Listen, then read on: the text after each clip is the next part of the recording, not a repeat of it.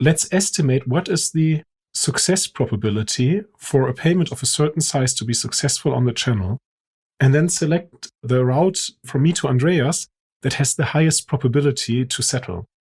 And this change alone was an incredible step forward in getting more speed on the Lightning Network. It seems like an understatement to say it, but it's been quite a year. With Bitcoin near new all-time highs, with the first nation-state having adopted Bitcoin as legal tender, the explosion of NFTs, continued growth in DeFi, and a lot more than that, it's incredibly hard to keep up. So on today's show, we're going to check in with one of the most exciting projects, which might have fallen off your radar. Bitcoin's still in development, yet rapidly growing Lightning Network, arguably the most anticipated scaling solution for Bitcoin to date. Although there are still some hard problems to solve, things are really starting to heat up, and to help us understand it, we're joined today by a special guest who co-wrote the book on it, Mastering Lightning Network, published by O'Reilly Media, and available for order now. But before we get to that, I'm Adam B. Levine, and this is Speaking of Bitcoin. For today's discussion, we're joined by the other hosts of the show, Andreas M. Antonopoulos. Hello. Stephanie Murphy. Hi. And special guest, Rene Pickhardt. Hi, everybody. Rene, I really appreciate you being here. So I'm looking forward to this conversation, but in the introduction, I neglected to mention that Andreas is actually another co-author on the book, which is his third O'Reilly book. He's also the author of Mastering Bitcoin and Mastering Ethereum, and now this most recent book, Mastering the Lightning Network. So to kick us off, Andreas, can you help some of the members of our audience who haven't been with us for years and years and might not be familiar with the Lightning Network, just from a high level, what is the Lightning Network? The Lightning Network is a second layer payment network that runs, let's say, on top of Bitcoin, and it enables fast, secure, private, and cheap payments that were previously not possible. A nice way of putting it, which I think Rene came up with this way of putting it, is Lightning is just a different way of using Bitcoin. So Lightning is Bitcoin. Lightning is Bitcoin payments. But it's Bitcoin payments done with a type of smart contract that allows you to execute them really, really fast between two people and route them across a network for very, very low fees or negligible fees, really. Okay, great. So I think that that's a great succinct kind of way to think about this. Again, like it's a way that we can take kind of the limited in terms of scalability, right? The number of people who can be using kind of base layer blockchain at any given time. The higher that goes, the harder it is to run those nodes, which makes it so that you can compromise some elements of decentralization by pushing up that transaction throughput too high. Basically, it comes at the cost of some decentralization. So the Lightning Network aims to kind of take that reality and then to build layers on top of it that then allow for people to use kind of that base ultra secure layer as sort of the settlement layer, but which kind of eliminates the need to, on top of it, use, a service like Coinbase or something like that, who's actually going to custody your stuff. Ultimately, you're going for the lower prices in terms of the lower cost for higher throughput, while at the same time, you're keeping the non-custodial characteristics that makes Bitcoin so kind of compelling from so many kind of different angles. Is that a good summary? Yeah, let's look at some specific numbers. Now, people who are familiar with Bitcoin payments know that when you make a payment with Bitcoin, if you need it to be confirmed because it's something you're buying that requires the security of a confirmation or several confirmations, then you're looking at waiting on average 10 minutes per confirmation per block until that payment is finalized. And you can make a payment as small as you want, down to 1 Satoshi with Bitcoin, and as big as you want, up to 21 million Bitcoin, but you're going to pay a fee. And with today's network, fees can range anywhere from $1 to $5, depending on how busy the network is at the moment. And of course, that changes a lot with the price of Bitcoin and the capacity of the network and things like that. But you don't generally make a $3 cup of coffee purchase on Bitcoin on chain anymore, because not only are you going to need to wait 10 minutes, which for a $3 cup of coffee, you don't really need a confirmation, but you're going to end up paying about $1 in fees. And your transaction is going to be public for all the world to see. Your payment is going to be visible on the public ledger. Now let's compare that to the Lightning Network. You can make a payment as small as 1,000th of a Satoshi. That's the smallest payment you can do on the Lightning Network. Although for practical terms, that gets rounded up to a Satoshi. A Satoshi is 100 millionth of a Bitcoin, so it's a fraction of a penny. And instead of taking 10 minutes for full final settlement, with Lightning, you have your funds, your payment completely cleared anywhere between 1 and 10 seconds after you send it. So a second, 2 seconds is very common. A common experience for people using the Lightning Network is you're standing in front of a beer dispenser, like Rene and I did at the Bitcoin Citadel a few months ago. That takes Lightning payments. You press pay on your wallet, and you'd better be holding the cup underneath the spigot because beer starts shooting out within a second or two. So the payments actually are surprisingly fast to the point that beer was spilt. The fee you pay for that is somewhere between a hundredth of a penny to a tenth of a penny for a payment. Maximum I've seen was a couple of pennies on the US dollar. So just a few hundred Satoshis, a few thousand Satoshis at worst. And then that payment is completely private. It's between you and the recipient. And no one else really knows it's coming for you or going to the recipient, and no one sees it as a permanent recording on the ledger. I'm simplifying, of course. There's a lot of nuance to all of these things, but it's a radical improvement on the user experience of Bitcoin. So it's faster, it's cheaper, and it's also more private. So what are kind of the reasons why everybody isn't using this today? Well, mostly because it's still new.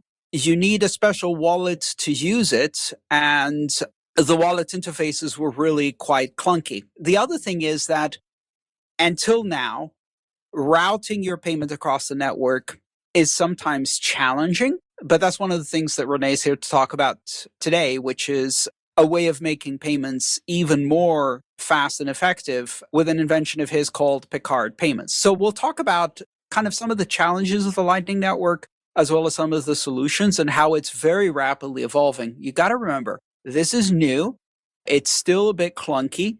The interfaces are still maturing, but already it is very usable. All right. So this is all new stuff. It's definitely, one of the things that's new to me because, I don't have a lot of technical experience. So how would someone like me, who's kind of more of an average user than a power user, use the Lightning Network right now?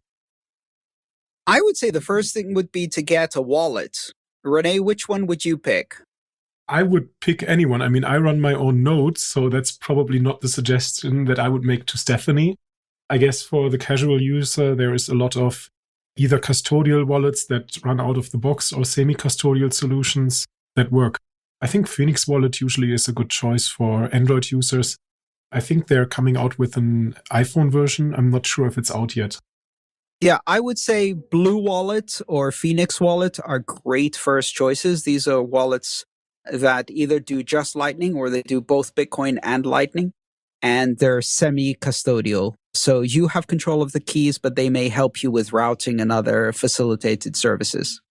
Okay, yeah, that was going to be my next question is what is the level of custodialness, I guess, and explain that. Okay, so first I have to get a wallet, and then I don't need to run my own node to be able to do this. I can just start using a wallet. That's correct. The wallets are lightweight wallets that use the neutrino protocol to talk to a Bitcoin node. And they may also use some services, such as routing services by the wallet vendor or the wallet maker in order to assist wallet payments, but you don't need to run a node. It's just an app on your smartphone. Okay, and then do I need to put in the channels need to be sort of greased, if you will, right, with like funding. Is that right? Well, in the early wallets, you had to fund a channel, make a channel, and do all of that by yourself. But one of the nice things about the newer wallets is that they make a lot of that complexity disappear. Part of that is because they offer some services in the back end to help you do that. So both Phoenix and Blue Wallet, for example, and you should look there, there's lots of wallets out there now. You don't have to even see channels. You don't look at channels at all. You just fund it. So you move Bitcoin to it, generate a Bitcoin address, move Bitcoin to it, and now you have Bitcoin in your Lightning wallet, and it manages the channels automatically for you. Okay. And so what if I didn't want to send at first? What if I had nothing in my wallet and I wanted to receive? Would I still have to fund it, or can I just receive? Well, that's where the service comes in. You can just receive, and they'll fund a channel for you on the other end and charge you a small commission. I think last time I checked, it was something like a 1% commission. That's if you don't have any funded channel already. Okay. And it depends, of course, on the size of the payment. I mean, if you wanted to receive 1 Satoshi, it doesn't make sense to open the channel with you and to charge you 1% of the commission. But it's reasonably cheap. Okay. Well, that sounds pretty good and easy. What are the problems with it right now, if any? Really a lot about learning and how smooth these wallet interfaces are. The other problem is, of course, the network is still growing. And as a result, it's not always easy to make a payment. So when you try to make a payment, sometimes the payments will fail. And they'll fail because your wallet isn't adequately connected to the network. You don't have funded channels. It's unable to find a route to your recipient, et cetera, et cetera. But those problems are gradually going away. So you see less and less of that as time goes by and the network gets better connected. Just to give you for reference, right now, the network consists of some 12,000 nodes that have some 50 or 60,000 channels between them. Okay, so please forgive me if these are like kind of basic questions, but you can tell that I haven't had much experience with this. But I think some people want to know. So, sometimes if you try to send a transaction over the Bitcoin network and you don't include a high enough fee, let's say, it can get stuck and it'll be stuck until it gets unstuck, which can be for hours or days. So what about in the Lightning Network, if you try to send a payment and it fails, does it fail right away or does it tie up your transaction for a while? Hopefully it fails right away. In most cases it should, right? Because if you do something like not including enough fees, the routing node will basically immediately reply to you and say, hey, I won't route the payment, you have to add a higher fee. Or if the routing node doesn't have the liquidity, it will tell you, I cannot forward this payment.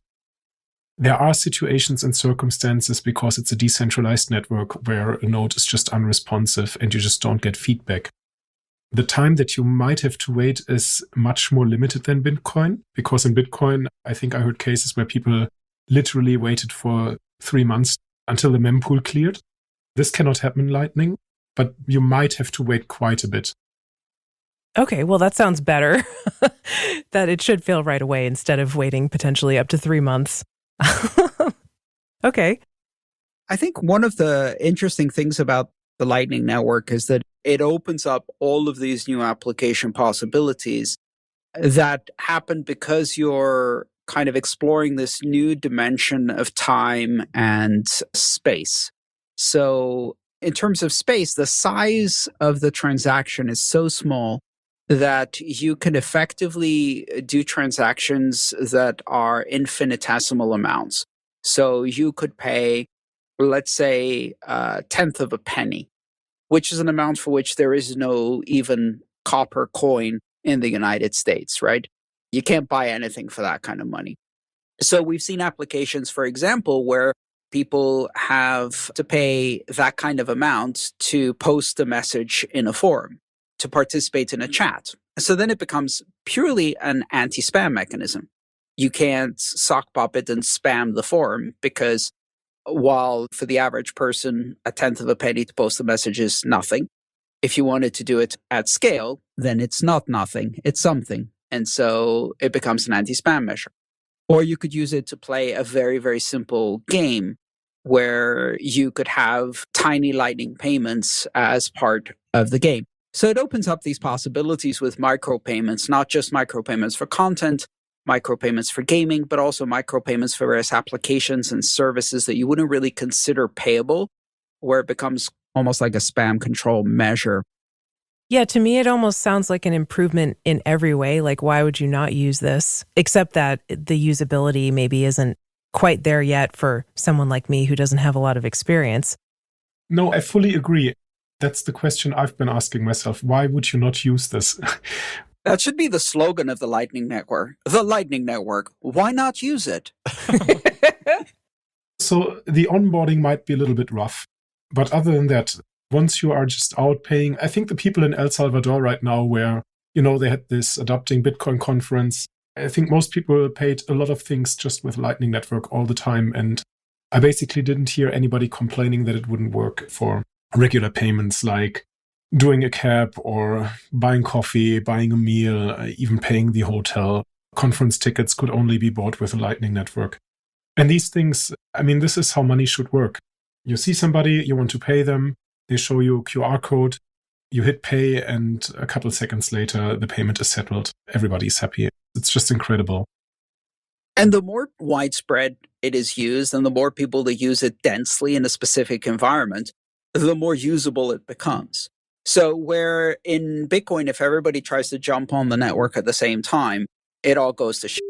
In the Lightning Network, once you've onboarded and funded the wallets, which requires a Bitcoin transaction to do the channel open in the beginning, once you've done that, then the more people actually using Lightning and moving Lightning funds back and forth and creating a closed loop economy, the more usable it becomes, the easier it becomes, the more easily the payments are routed, the more liquidity is available on the network, the more connectivity is available on the network.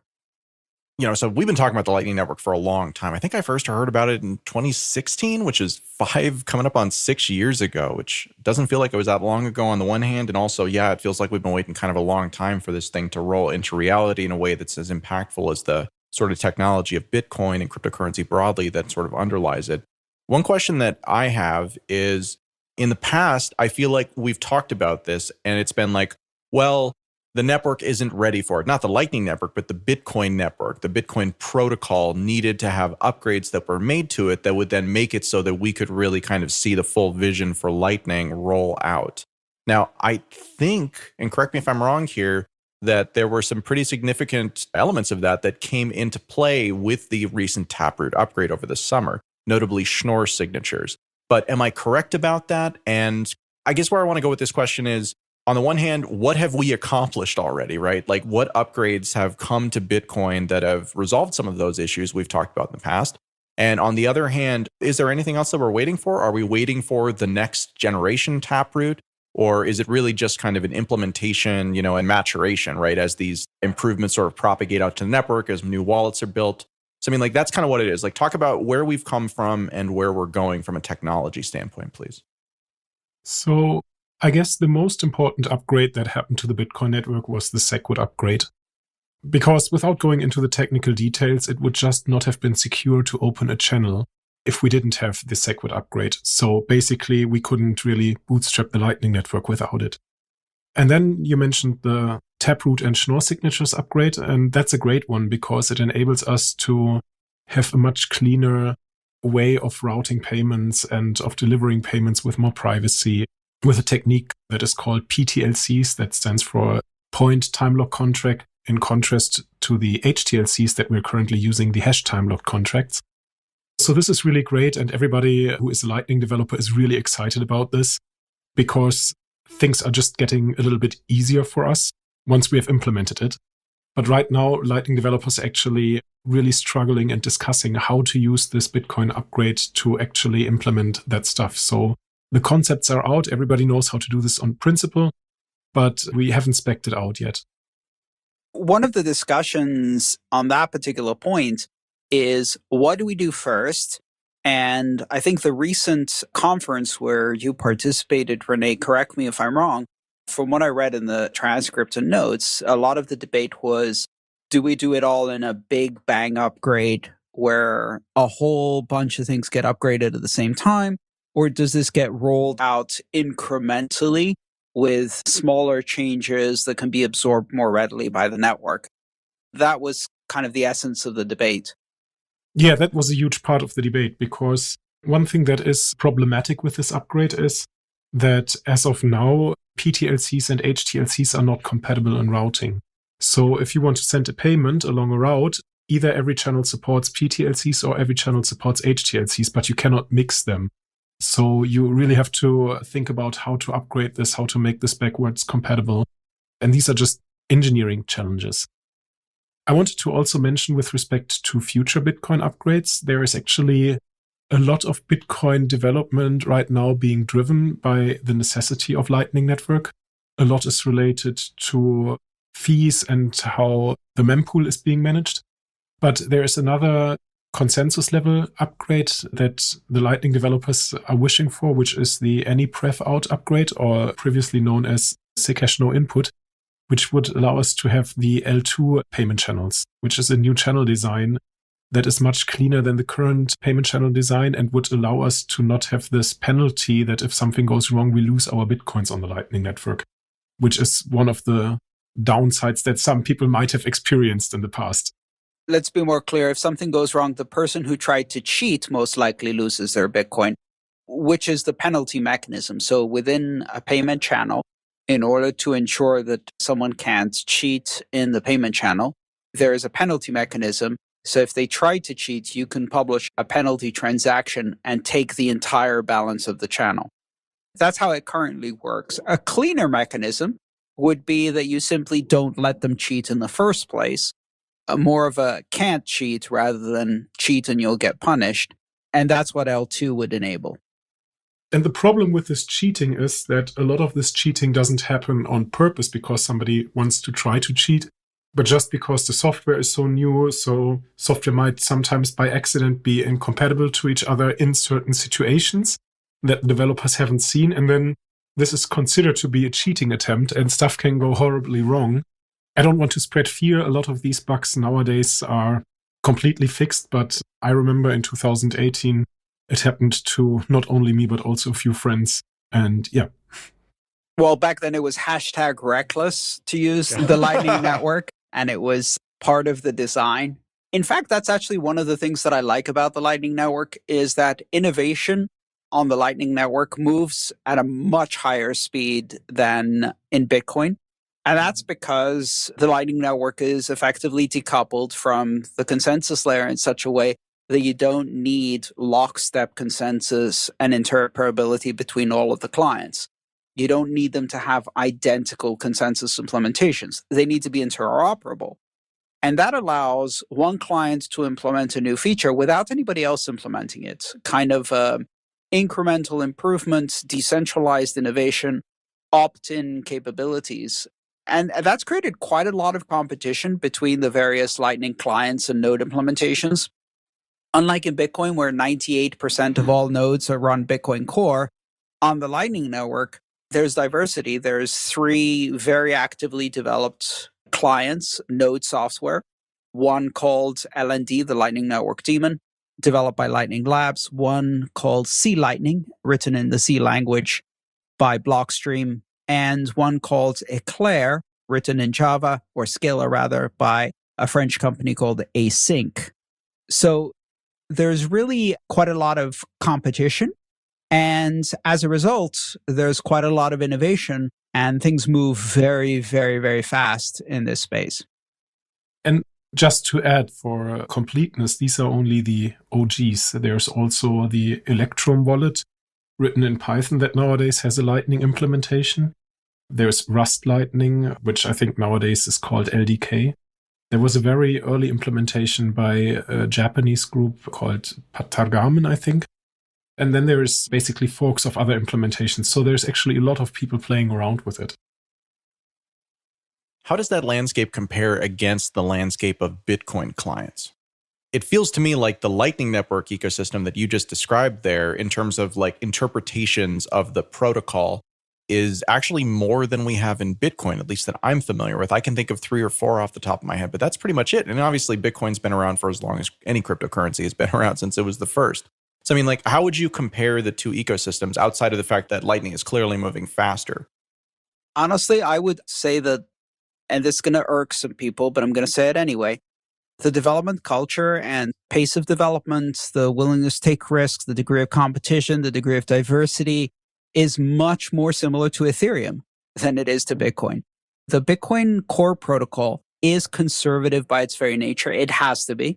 And it requires lockstep consensus agreement. Otherwise, you fall out of consensus and risk losing or being cheated out of funds, which has resulted in almost a monoculture. There's one client. Honestly, 90+% is Bitcoin Core. There's a Go implementation called BTCD, which has a bit of traction. And after that, it's mostly libraries and frameworks that may or may not be very usable. And there aren't that many nodes running these alternative implementations. So it's completely different from Bitcoin. I'm not sure about the Ethereum comparison because I have never looked into that ecosystem. Andreas can say much more about that. But being active with the Lightning developers, I have the feeling that still there is a lot of ethos from the Bitcoin community in there. So people are actually cautious about critical changes. And oftentimes, as a developer, I have the feeling stuff could move forward a little bit faster. I think the main difference is that the Lightning Network is driven by a formal specification. So there is the Bolts repository where all of the functionality and behavior of the protocol is being spec'd out. And then if you have such a document, it's obviously much easier for people to just implement against this document. Whereas in Bitcoin, it was from day one that Satoshi said on the mailing list, I don't want to spec out the white paper. I have a reference implementation, and the reference implementation is basically defining the consensus of the network and the protocol. Yeah, the spec is written in C++, and it's called Bitcoin Core. So that makes a lot of sense to me, because if you look at, again, like at the point that Bitcoin Core, in its earliest forms comes out, that is the actual proof of concept. That is sort of the idea that was rallied around, because to do it hypothetically, people would have said, well, that won't work. So you do it in real life, right? You prove the concept works and you're off to the races. That is in contrast to something like Ethereum. Again, there was an extended period of public discussion, public interest, right? Many, many people participating. And as a result, an ecosystem emerges. And it seems like that's much the same with Lightning, is that it started from an idea that was then discussed extensively, where people can have different ideas about how that idea should actually manifest in reality. And so you create this ecosystem that isn't there if you start from kind of the software as a basis. And again, with the really heavy consensus element too. That actually makes a ton of sense to me. And it's kind of neat to see that happening on top of Bitcoin. My sense has always been that the Lightning Network, although it's not a Bitcoin specific system when it's finally done, really does represent a very interesting way for Bitcoin to kind of have its cake and eat it too, or Bitcoin users anyways. And again, like that competitive ecosystem, I'm always in favor of competition, right? It feels like ideas that are conflicting and competing with each other, bouncing off of each other, almost always results in kind of more vibrant products that do better to address it, simply because by nature of having that competition, you get from here to there faster. So I appreciate kind of going down that rabbit hole with me. We talked at the very beginning of the show about Pickhardt payments, and I would like to explore that idea a little bit more. I think we have a decent idea of what kind of the challenges are that we still face as we move forward. So can you kind of talk to us about that specific problem that you're solving there and how you've solved it? Sure. So if you want to make a payment on the Lightning Network, you have to choose basically a route on how you want the payment to flow through the network. So let's say if I wanted to pay Andreas and I don't have a direct payment channel with him, I could say, hey, I sent something to Adam and ask Adam to forward it to Stephanie and ask Stephanie to forward it to Andreas. And this is in general how payments are being conducted from one peer to another. The problem with this mechanism is that if I select this route via Adam and Stephanie to Andreas, I don't know if Adam actually has enough funds in his channel to forward the payment to Stephanie. And the reason why I don't know this is because I can't.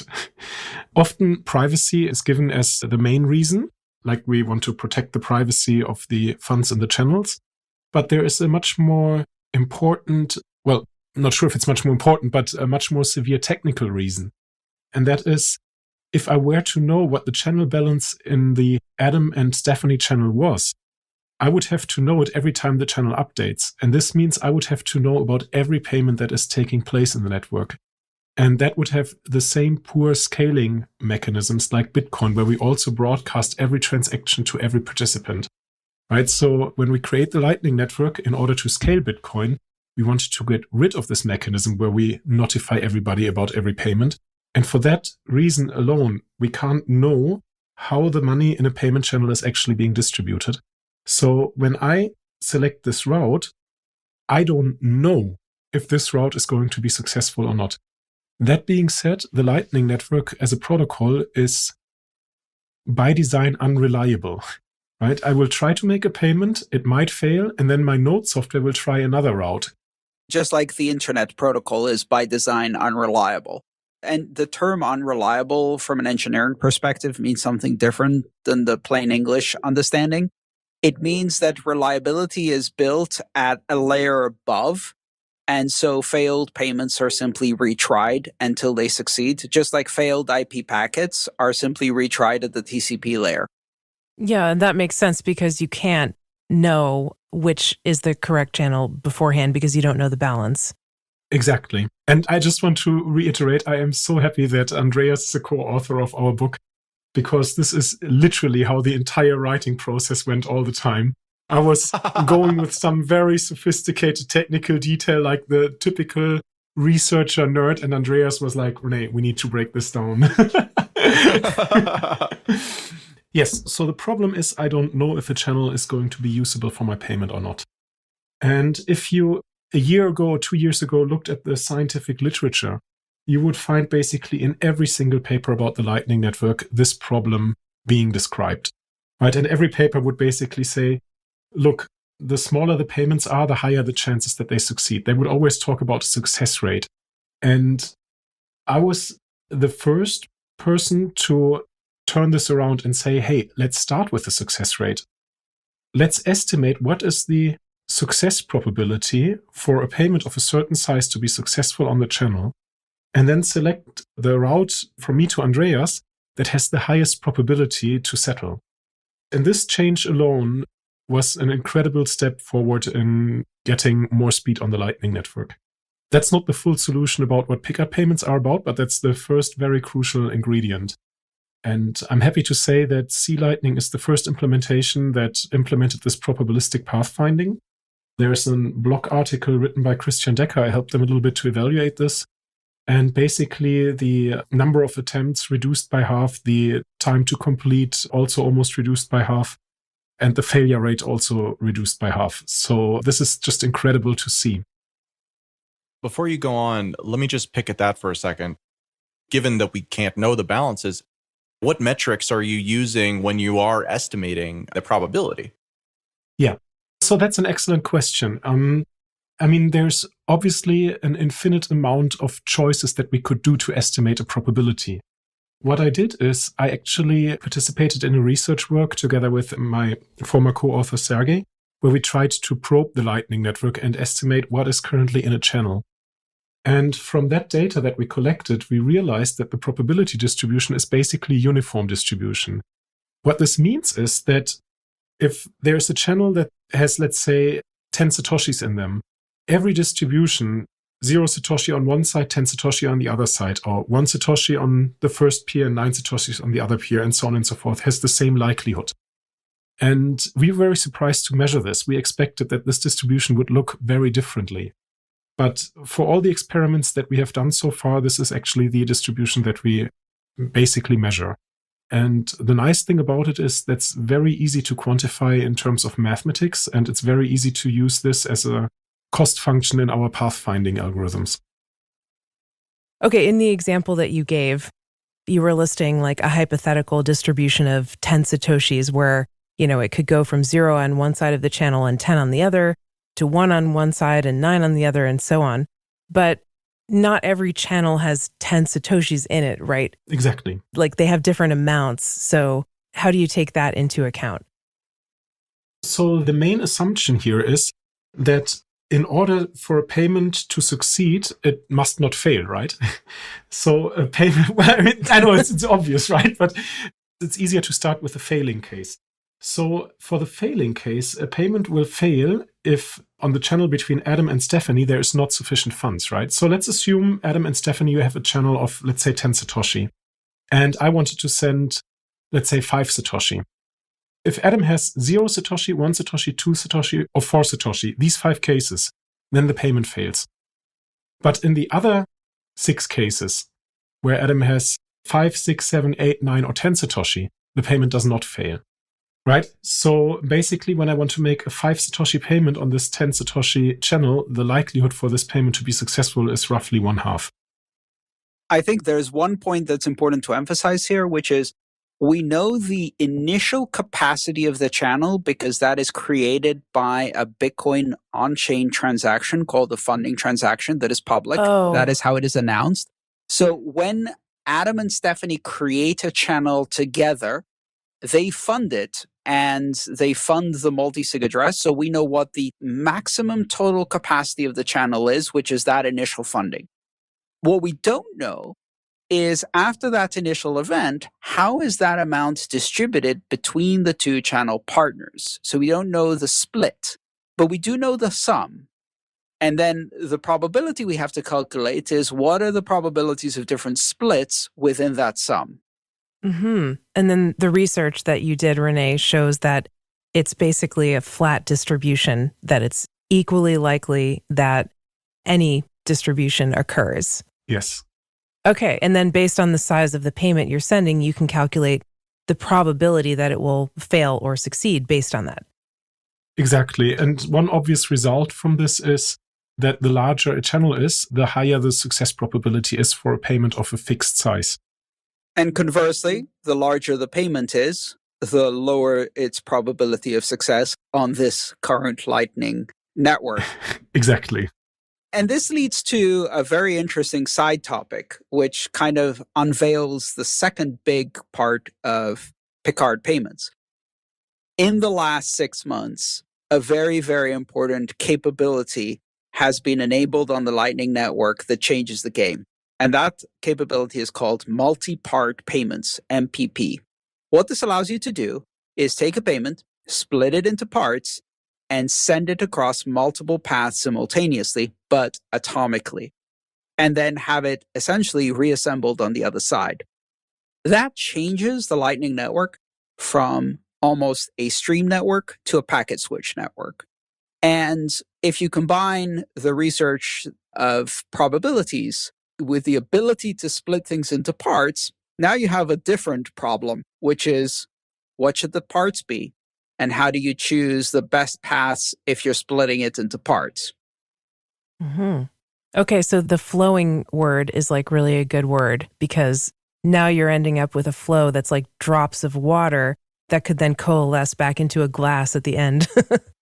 We're ending up with a flow, and actually even in technical terms, we're ending up with a flow. We're ending up with a so-called minimum cost flow, right? So we're trying to find a flow through the network that has a minimum cost, and the cost here is the uncertainty of the channels to be able to route the payment, right? The success probability, we can translate this into a cost function. And yes, it's actually historically speaking very funny. I was very critical of multi-part payments for a long time. Because while it was always obvious that if you split the payment, the smaller payment becomes more likely to succeed, now you have more channels involved, right? And well, you have to be successful on every channel, right? So you multiply this out, right? And this also lets the probability drop, right? So there is this kind of like sweet spot of how heavily do you split, right? And do you split into equal chunks, or do you split into like not so equal chunks depending on which path you use? And yeah, I spent quite some time in the beginning of this year researching this problem. And together with my co-author Stefan Richter, we found the provable optimal solution to this problem. Wow, that's really cool. One of the interesting things is that the result was rather surprising. At least it was surprising to me. So in my mind, because the more paths and parts you use, the more complex it becomes, I would assume that if you had a big payment, you'd probably just split it 2, 3 times, maybe 4, and send it across 2 or 3 or 4 big channels. But Rene, why don't you tell us about your first production experiment and how many parts you split the payment into? Yes, so what Stefan and I did is we basically spun up a new Lightning node and we implemented the method. And we try to send a payment of 0.3679 Bitcoin, which is quite some amount. That's $20,000. Roughly, yes. And this payment was split into 345 different paths, which were sent through the network. And that sounds really like a lot. But what we can see from this probabilistic approach, this is actually the way how we send it with the highest likelihood to deliver this payment. So if we would split more conservatively and have larger chunks, we would actually put more load on the network. Or if we split more aggressively into smaller chunks, we would also put more load on the network. Because with these larger chunks, we would probably fail more often, right? So we would have to do more retries.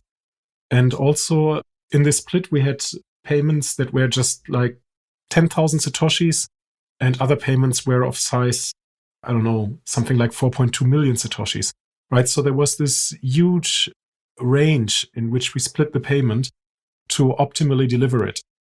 And that was just crazy to see and experience, because until then, everybody was basically like, yeah, the Lightning Network works for a few million Bitcoin, but that's about it.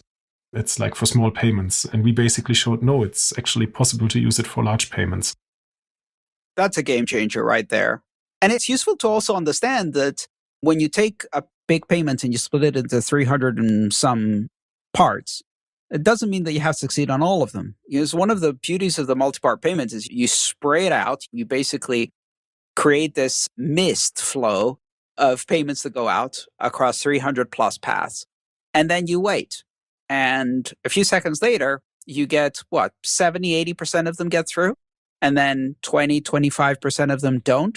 Well, great. You take the remainder, you split it again, and you send it out. And not only that, but now from the error returns, you now have a better picture about the actual capacity and probability of the channels in between you and the destination than you had just a few seconds ago. So you use the information from the first round.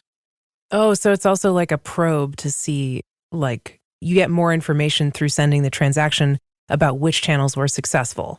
Yeah, exactly. Every failure is a learning opportunity. And then you split it up and you just send the rest, the other 20%, and 80% of that gets through. And then you send the rest. And finally, after maybe 3 rounds, the whole amount goes through.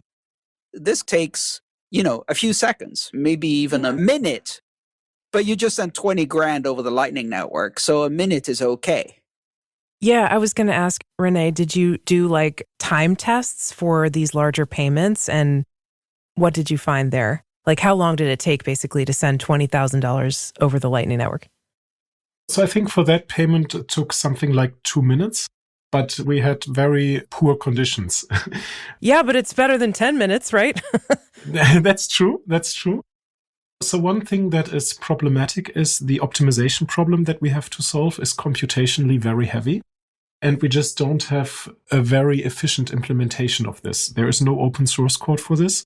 So we basically implemented the algorithm ourselves in the not most efficient version. So there is certainly some way to improve this, right? So we spent quite some time on computation actually and not on sending out onions.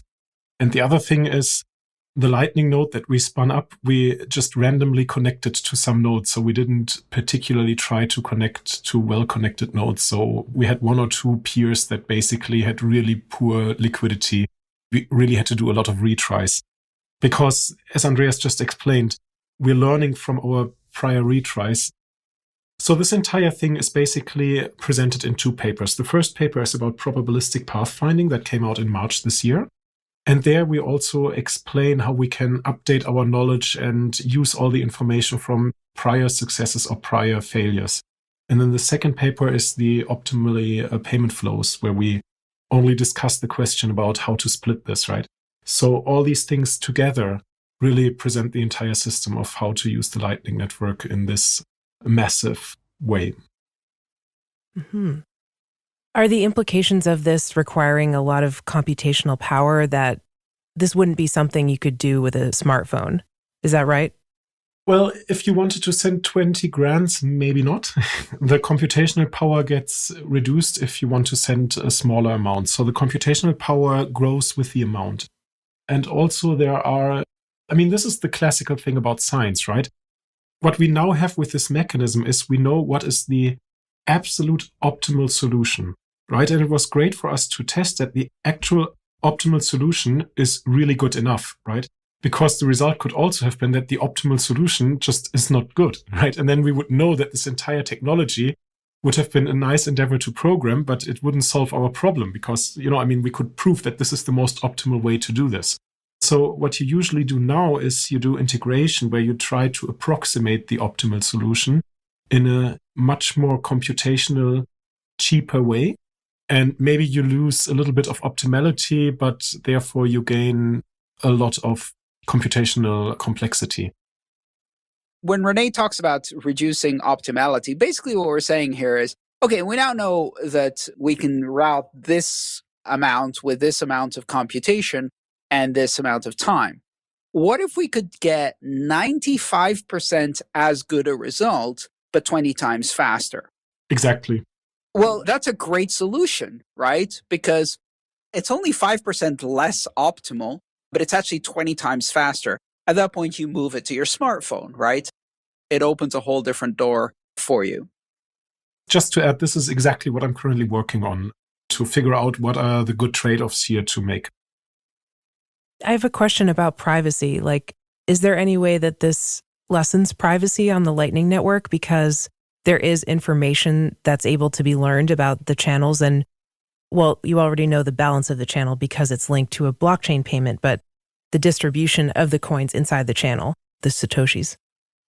So I do know the capacity of the channel because it's linked to the blockchain.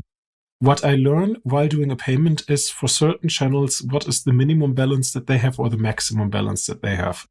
But that's a principal property of the Lightning Network, right? The Lightning Network in general has this uncertainty about the capacity split into balance values.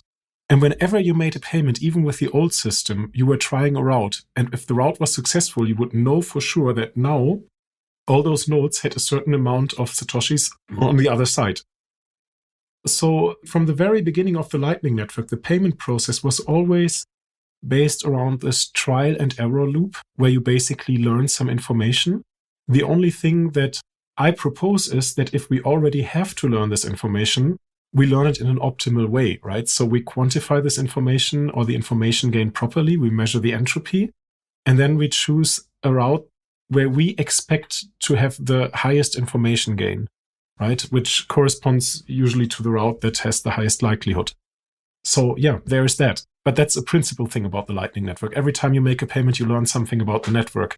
The question is, how useful is it that you learn this? Because obviously the Lightning Network is a very dynamic system, and a second later, the channel could already route a payment in the other direction, right? So this information doesn't stay constant.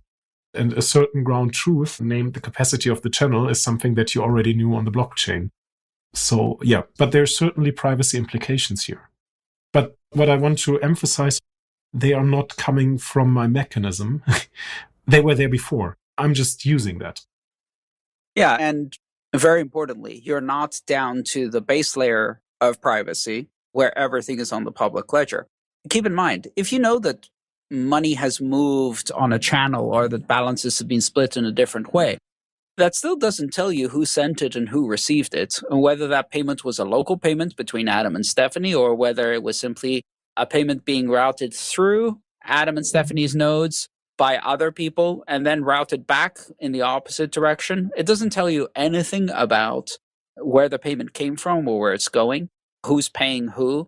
None of that information is visible because the entire network is onion routed. So it uses an onion routing mechanism to hide senders and recipients from everyone, including the intermediaries. So the intermediaries in the Lightning Network, they see a payment coming in.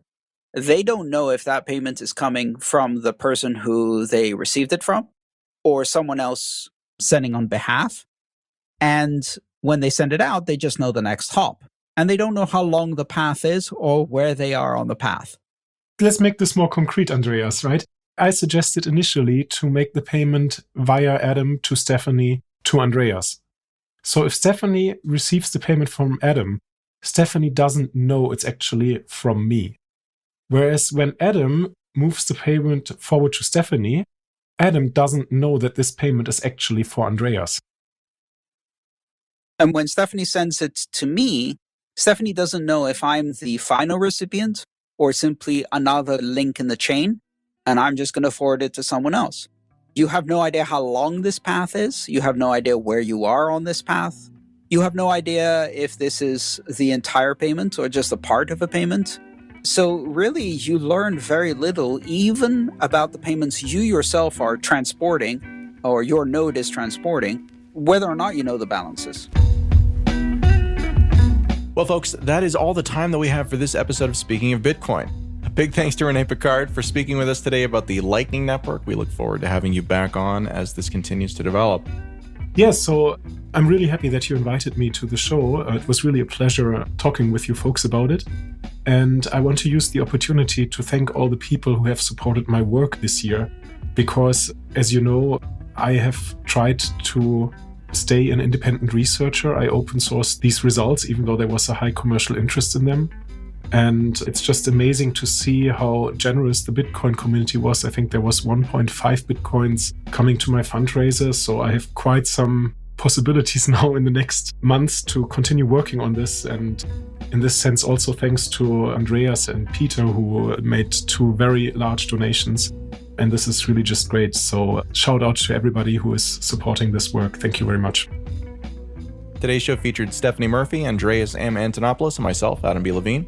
This episode featured music by Jared Rubens and Gertie Beats, with editing by Jonas.